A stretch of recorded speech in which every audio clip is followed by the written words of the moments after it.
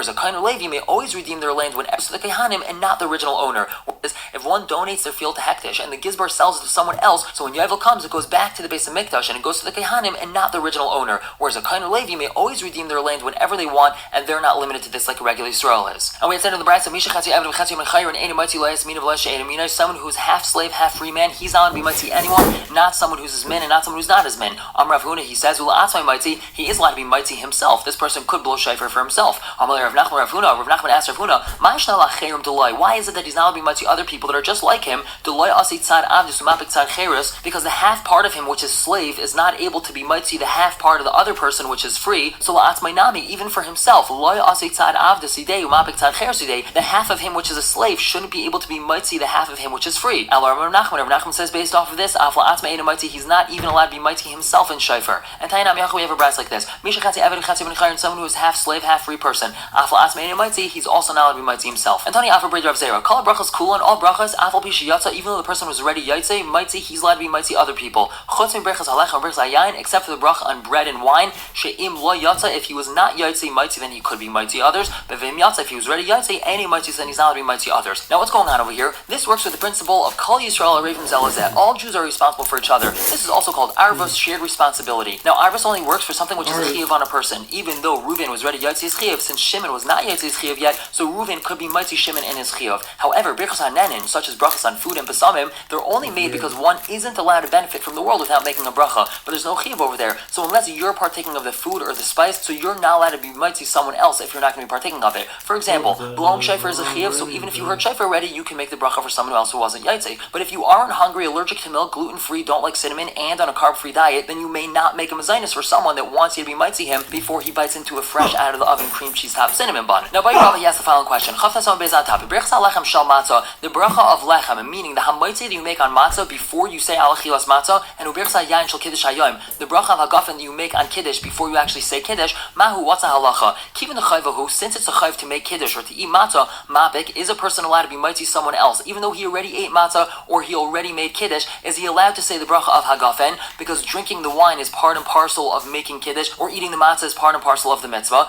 Or perhaps bracha lav chayvahi, the bracha itself is not a chayv since he doesn't need to drink the wine because he was already yaitzi's chayv, so he's not allowed to make this hagafen, or he's not allowed to make this hamaitzi. So Tashma, we're going to bring a raya to Amar Vashi. He says, Kavin Bei Rav Papa, and we used to eat in Rav Papa's house, Hava Mekadesh Lan, he would make kiddush for us Friday night, and Mechava Asi Arisi Medabra, when his Arisa and his sharecroppers, they would come from the field, they would come back late, and therefore they would come to the Suda late, Hava Mekadesh Lahu, he would make kiddush for them again, and he would also say hagafen, so we see that it's part and parcel of kiddush, and therefore, even though he already made kiddush, he could say hagafen again. And Tonar Bana, we have a brass like this: Lo Yifras Adam Prusal Archim, a person who is not allowed to give out bread to the guests and make hamotzi for them, Elim Kain Oichaliman, unless he's also eating bread with them. Avol Pirasu Laban of Lebeisai, but he is allowed to give bread to his kids and to the people of his house who are under bar mitzvah and make a bracha for them, even though he's not eating with them. That's Kedei Lechanchen mitzvahs. In order to mechanech them, he is allowed to make that bracha, even though he doesn't need to. Ubahal Megillah, when it comes to Hal and Megillah reading, Afal Pisha Yatza Mighty, even though he was Yatza already, he could be mighty others. Hajar Lacharu Bezin, milestone for finishing the third parak of Rosh Hashanah. We should be zechar to finish all of Rosh Hashanah together, and of course, as we always say, all of Shas together. And the Mishnah says, Yom Rosh Hashanah Shechal Yes b'Shabbos, when Rosh Hashanah falls out on Shabbos, b'Mikdash, in the Beis HaMikdash, Hayu Taikin, they would blow shofar. Avoloy Medina, but not outside the Beis HaMikdash. Mishachar Beis HaMikdash, once the Beis HaMikdash was destroyed, his Kim Rabbi Yechim and Zakkai Shiu Taikin b'Chol Makam Sheish Bei Bezdin. Rabbi Yechim and Zakkai was metakin that any place that has a Bezdin,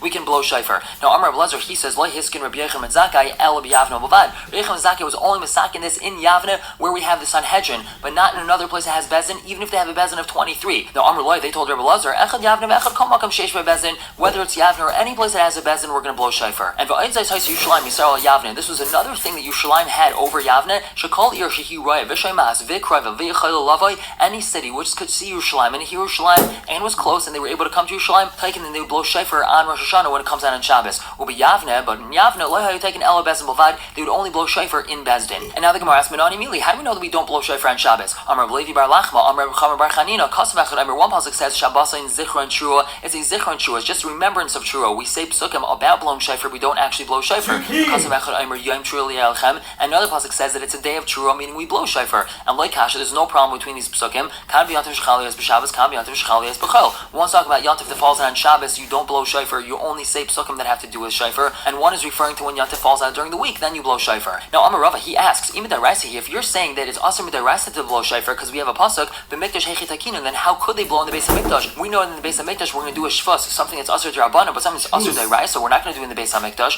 And furthermore, how could you even say that we need a pasuk? Halav malachahi, blowing shofar is not even a malacha, the Isser Chalav Uti, that we would have to have a pasuk to say that you're not allowed to do it. The Tanur the Beis Shmuel, the pasuk tells us, Kol malach zavay d'loi sasu, you're not allowed to do malacha. Yatzad kiyas shofar, rudias apas, shehi chachma ve'en malacha. That excludes blowing shofar and rudias apas, which is taking the bread out of the oven. That's considered a chachma, it's not considered a malacha. So how could we say that we have a pasuk that tells us you're not allowed to blow shofar on Shabbos? It's not even a malacha that we would need a pasuk for that. So Elam Rava, he explains to us, Midai Rais and Mishra Shari, really Midai Rais is permitted to blow shofar on Shabbos. For Rabbanan who the Gazer Bay, and the Rabbanan were Gazer that you're not allowed to blow shofar on Shabbos. Kid Rabba, just like Rabba, the Amar Rabba, he says, Hakol Chayim B'Kiyah Shofar, really everyone's have to blow shofar. Ve'ena Kol B'Kiyim B'Kiyah Shofar. However, not everyone is expert in how to blow shofar. Gzeir Shem Yitlan B'Yadav Yelech Eitzel Baki Lombay V'Yavreni Dalet Amos B'Shus Rabbim. So the Gzeir is you're not allowed to blow shofar on Shabbos because perhaps a person who doesn't know how to blow shofar, he's going to take his shofar and walk to the expert's house to teach him how to blow shofar, and he's going to end up carrying his shofar Dalet Amos and B'Shus Rabbim, and that's how we say on Shabbos you're not allowed to blow shofar. V'Hainu Tam D'Lulav, V'Hainu Tam D'Megillah, and that's the same reason why we don't shake lulav on Shabbos, and we don't read Megillah on Shabbos, because a person might carry the lulav in the Rishus Rabbim, and a person might carry their Megillah in the Rishus Rabbim, and therefore we're not going to do so. However, there's not a problem blowing in the Beis Hamikdash because it's only a Tikkun D'Rabbanan and it's not Asur D'Oraisa. And we had said in the Mishnah, Mishachar Beis Hamikdash, Hiskun Rabbi Yecham Zaka was mistaken that any place that has a bezin, we're going to blow shofar. Now, Tanarban, we have a brisa. Pam Achas Chal Rosh Hashanah Lias B'Shabbos. One time Rosh Hashanah fell on Shabbos. V'hayu Kol Ar Miskansim, and all the cities nearby Yavna gathered to Yavna, and they want to blow shofar. So Amalhem Rabbi Yecham Zaka B'nei B'Sei. Rabbi Yecham Zaka told B'nei B'Sei, where they were the Gedolei Adar, Niskal, let's blow shofar. Amrulois, they told him, Nidain, we should sit down and we should discuss this, whether or not we should actually blow shofar. Amalhem, he told them, Niskav Achkach Nidain, why don't we first blow shofar and then we'll talk about it. So after they blew shofar, Amrulai B'nei B'Sei told him, Nadun, let's sit and discuss whether or not we really should be blowing shofar when Rosh Hashanah falls on Shabbos. Amrulahem, so Rabbi Yecham Zaki told them, Kfar Nishma Karen B'Yavne, the horn was already heard in Yavne, meaning we already heard the shofar, Vein Mishivan Lachar Maisa, and we're not going to refute after we've already done something. Meaning if we're now going to ask her blowing on Shabbos, that's going to be a Zilzal Bezdin. And in this way, Rabbi Yecham Zaki successfully implemented blowing on Shabbos in a place that has Bezdin. Now we had learned in the Mishnah, Amar Rabbi Lazar. Rabbi Lazar had commented, Lo Yiskin Rabbi Yecham Zaki El B'Yavne B'Vad. Rabbi Yecham Zaki was mistaken that we blow shofar on Rosh Hashanah that falls on Shabbos only in Yavne. Now Amrulai, they told him that no, that wasn't the takana. Echad Yavne, Echad Kol Makom Sheish Bezdin. It was really either Yavne and any place that had Bezdin. So now the Gemara asks, Amrulai Hanu Tanakama. It seems to be that the Amrulai is the same thing as the Tanakama. The Tanakama had said Rabbi Yecham Zaka was mistaken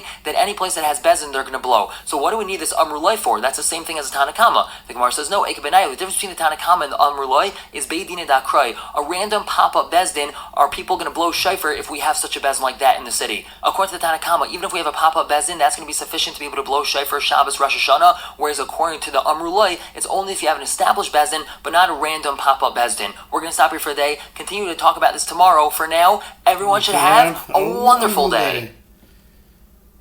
You know, the Maisa we don't blow on Rosh Hashanah. So Rabbi Yochanan Zakkai really didn't. It seems like, I don't know.